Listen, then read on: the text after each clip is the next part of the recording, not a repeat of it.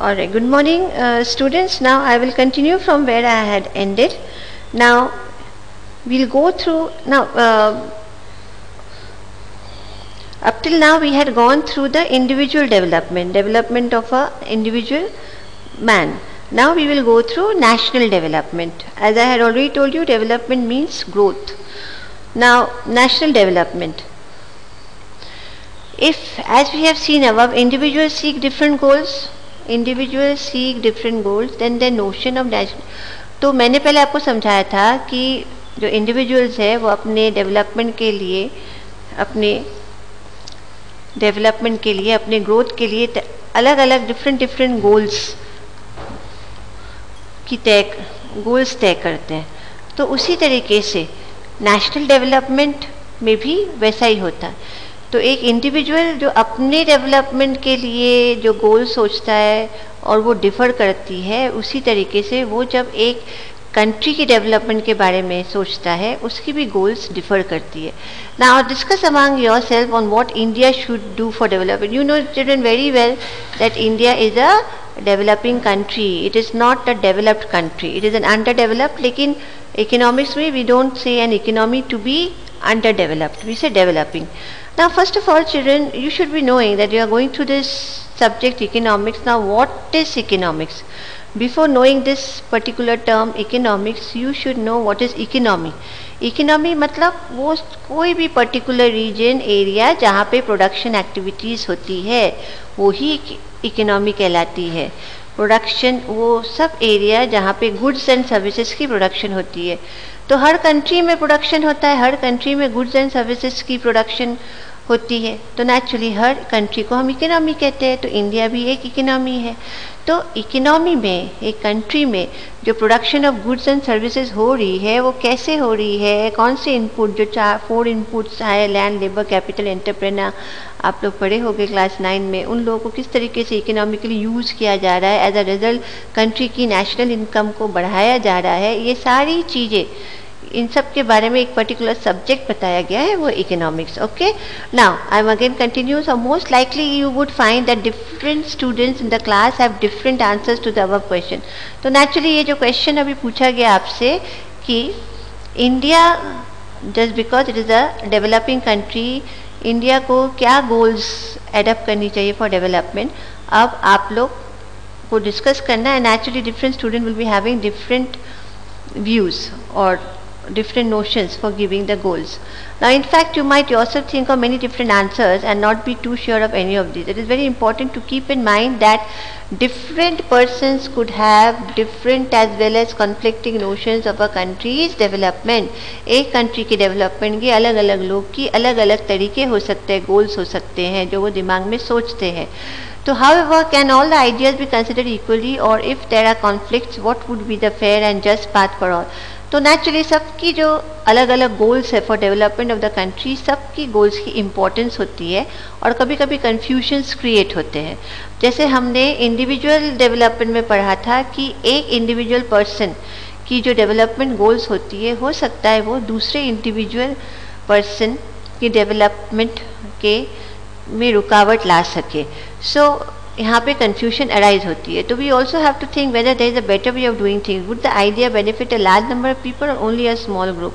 तो ये जो नेशनल डेवलपमेंट के लिए गोल्स लोग सोचते हैं, पीपल सोचते हैं, वो क्या कलेक्टिवली उस गोल्स को फॉलो किया जाए, इम्प्लीमेंट किया जाए.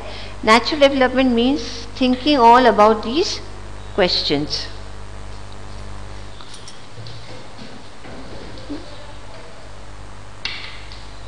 Alright, now how to compare different countries or states? You might ask, if development can be means different things, how come some countries are general? Yes, you might ask, if development means different things, how come some countries are generally called developed and other underdeveloped? Now see, as we are going through this topic of development of countries, nations, so you may find there are some countries which are very much developed like USA, Japan, whereas there are some nations or countries which are underdeveloped or developing. ये क्यों होता है? Why this is happening? So when we compare different things they could have similarity. जब हम compare करते दो चीज़ों के बीच में, तो उन दो चीज़ों के बीच की सिमिलैरिटीज़ को भी कंपेयर करते हैं या और उन दो चीज़ों के बीच में डिफरेंसेस भी। Now let us look at the students in the class. Class में ही देखते हैं how do we compare different students. हम डिफरेंट स्टूडेंट्स को कंपेयर कैसे करते हैं। They all the students may differ in their height, health, talents and interest. The healthiest students may not be the most studious one. जो students बहुत healthy है हो सकता है वो स्टूडियस नहीं हो। मोस्ट इंटेलिजेंट स्टूडेंट हो सकता है वो उतना फ्रेंडलीएस्ट नहीं हो। So how do we compare student. The criteria of use depend. तो we use different criteria to choose a sports team also, a debate, a music team और a team picnic. Still if not purpose we have to choose criteria for all round progress in the class. तो हम लोग किस क्राइटेरिया को देखते हैं for comparison all around progress of the student in the class. ना एक कंट्री जैसे मैंने कहा आप लोगों को डेवलप्ड होती है, वेरा ज़्यादा कंट्री इज डेवलपिंग। ऐसा क्यों होता है? क्योंकि एक कंट्री की नेशनल इनकम हाई होती है तो नेचुरली वो डेवलप नेशन हो जाता है, और दूसरी कंट्री की नेशनल इनकम लो होता है।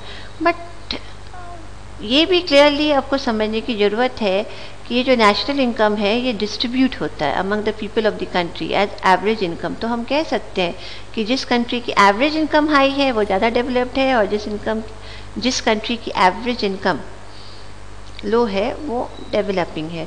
तो ये एवरेज इनकम क्या होती है? Total income of the country, total national income of the country divided by the pollution of the country. India for best example, India is a highly populated nation. तो यहाँ पे नेशनल इनकम भले ही बढ़ रही हो, बिकॉज टोटल पॉपुलेशन भी एक stage of population explosion है। तो जब हम total national income of our country को टोटल पॉपुलेशन से डिवाइड करते हैं, ऑलराइट, तो बिकॉज हमारी कंट्री की पॉपुलेशन हाई है तो पर कैपिटा इनकम ऑटोमेटिकली लेस हो जाता है, जबकि हम नेशनल इनकम हमारी कंट्री की हाई है। लेकिन मेन वीकनेस क्या है कि हमारी population at the stage of population explosion है, बर्थ रेट्स है, साथ ही साथ डेथ रेट्स कम होती जा रही है। So usually we take one of the more important characteristic persons and compare them based on these characteristics. Of course, there can be differences about what are important characteristics that should be. What are important characteristics that should form the basis comparison between friendliness and spirit of cooperation. So it is true too for comparing countries, the income.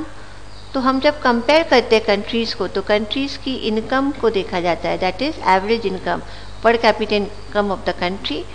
And ये एक बहुत important attributes मानी जाती है।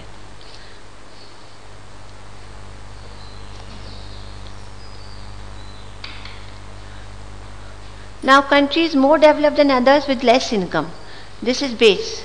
सो more developed than others with less income. तो जिस country में, जिस नेशन में ज़्यादा इनकम हो रही है और उसकी पर कैपिटा इनकम राइज होती जा रही है, वो कंट्री मोर डेवलप्ड कहलाती है। And the country with the less income is considered to be an underdeveloped or developing country. So this is based on the understanding that more income means more of the things. This is based on the understanding that more income means more of all things that human beings need. तो as I had told you already that जिस country की income ज़्यादा है, मतलब average income of the people ज़्यादा है, पर capita income ज़्यादा है, तो नेचुरली उस कंट्री के लोग ज़्यादा से ज़्यादा मेटेरियलिस्टिक वर्ड्स ऑफ लाइफ खरीद सकते हैं, alright, because human desires, aspirations are without limit, it is limitless. तो अगर कंट्री की पर कैपिटा इनकम राइज होती जाएगी तो उस कंट्री के जो सिटीजन्स है, जो पहले बेसिक नीड्स को यूज़ करते थे, अब वो कंफर्टेबल गुड्स यूज़ करेंगे, और फिर और ज़्यादा इनकम होने से एरिस्टोक्रेटिक गुड, मतलब standard of living of a country develops. As you can see in USA, Japan and most of the developed countries of the world, the standard of living of the people is high. Standard of living मतलब ज़्यादा से ज़्यादा सामान, materialistic worth of life को use करना with the help of money, alright. और जो country under developed है और डेवलपिंग है, उनके लोगों की स्टैंडर्ड ऑफ लिविंग लो है। So what ever people like whatever people like and should have they will be able to get with a greater income. तो लोगों को जो चीज़, so people who aspires for more and more materialistic goods of life, they are able to get it with greater income. So greater the income itself is considered to be the important goal. तो country की important गोल क्या होनी चाहिए, country के लोगों की important गोल क्या होनी चाहिए for the development of the country, मतलब एक कंट्री की डेवलपमेंट के लिए सबसे मोस्ट इम्पॉर्टेंट जो गोल है वो क्या होनी चाहिए, that is the income of the country, the average income of the country, the पर capita income of the country should rise. Now, what is the income of the country? Institutively, the income of the country is the income of all the residents of the country. तो ऐसे पढ़ा जाए कि income of the country किसे कहते हैं, तो naturally सभी बोलेंगे that the income of all the residents of the country, वही है income of the country. This gives us the total income of the country. एक कंट्री में रहने वाले लोगों की जो इनकम है उसको हम ऐड अप कर देते हैं तो हम आ जाता है total income of the country. However for comparison between countries total income is not such an useful measure. जब हम कंपेयर करते हैं दो कंट्रीज़ को, दो नेशन को, एक तो हम जैसे मैंने कहा जब हम दो चीज़ों के बीच में कंपैरिजन करते हैं तब उस कंपैरिजन के लिए दो फीचर्स हम लोग ध्यान में रखते हैं. एक, दोनों में जो डिफरेंसेस है वो या फिर सिमिलैरिटीज़ है वो दोनों ही आता है. तो however for comparison between country, जब हम दो कंट्रीज़ को कंपेयर कर रहे हैं तो पहली चीज़ जो हम सोचते हैं दोनों की बीच की इनकम, दोनों कंट्रीज़ में जो टोटल इनकम है उसको देखते हुए कंपेयर करते हैं किसका इनकम हाई किसका इनकम लो है. बट ये इनफ नहीं है since countries have different population, क्योंकि कंट्रीज़ में अलग अलग तरीके के लोग रहते हैं. तो हेल्थ सिर्फ इनकम ही दिमाग में रख के only if you think of income to compare between two countries, it is not enough, because in a country another important factor is that is human resource. तो country developed है कि नहीं, उस country के human beings कितने literate है, कितने healthy है, educated है. Alright children, so these factors should also be considered while comparing. So comparing total income will not tell us what an average. अगर हम सिर्फ टोटल इनकम को कंपेयर करते हैं दोनों कंट्रीज़ के बीच में, वो इनफ नहीं है. इससे are people in one country better of then the others in the different country. हमको ये कंपेयर करना है कि एक कंट्री में रहने वाले लोगों की स्टैंडर्ड ऑफ लिविंग दूसरे कंट्री में रहने वाले लोगों की स्टैंडर्ड ऑफ लिविंग के से ज़्यादा है या कम है. मतलब दोनों कंट्रीज़ के अंदर रहने वाले लोगों की स्टैंडर्ड ऑफ लिविंग कंपेयर किया जाता है, देखा जाता है. हेंस वी कंपेयर, तो वो कैसे पता चलेगा, उस कंट्री के लोगों की एवरेज इनकम देख के. कि एक कंट्री, पहले हम देखेंगे कि एक कंट्री की में रहने वाले लोगों की एवरेज इनकम कितना है और फिर दूसरे कंट्री में रहने वाले लोगों की एवरेज इनकम कितना है. एवरेज इनकम मतलब total income divided by the population of the country. तो जिस कंट्री के लोगों की एवरेज इनकम हाई है उनकी स्टैंडर्ड ऑफ लिविंग भी हाई होगी, उन लोग ज़्यादा से ज़्यादा मेटेरियलिस्टिक वर्थ ऑफ लाइफ को खरीद सकेंगे. और तो नेचुरली वो कंट्री डेवलप कहलाएगी दैन दी अदर वन जिसकी एवरेज इनकम कम होगी of the people. So this is only I am going to say that which is total income of the country divided by total population. Average income is also called as, मैंने पहले ही कहा था, जो average income है उसको economic terms में कहते हैं पर कैपिटा इनकम. मतलब किसी कंट्री की डेवलपमेंट किस पे बेस्ड है, उस कंट्री की, उस नेशन की पर capita income. Alright, income of the people of the country, total income of the people of the country divided by the total population. So in World Health Development Report brought out by the World Bank, this criteria is used in classifying countries. Countries with per capita income of per annum is above this are called rich countries. Per capita income of this less is called low. मतलब world health organisation ने world development reports के अनुसार उन्होंने criteria बना रखा है कि जिस कंट्री की कितनी एनुअल पर कैपिटा इनकम होगी, जिससे हम कह सकते हैं कि वो डेवलप्ड है या डेवलपिंग है. So India comes in the category of low middle income countries because it's पर capita income in 2017 was this per annum.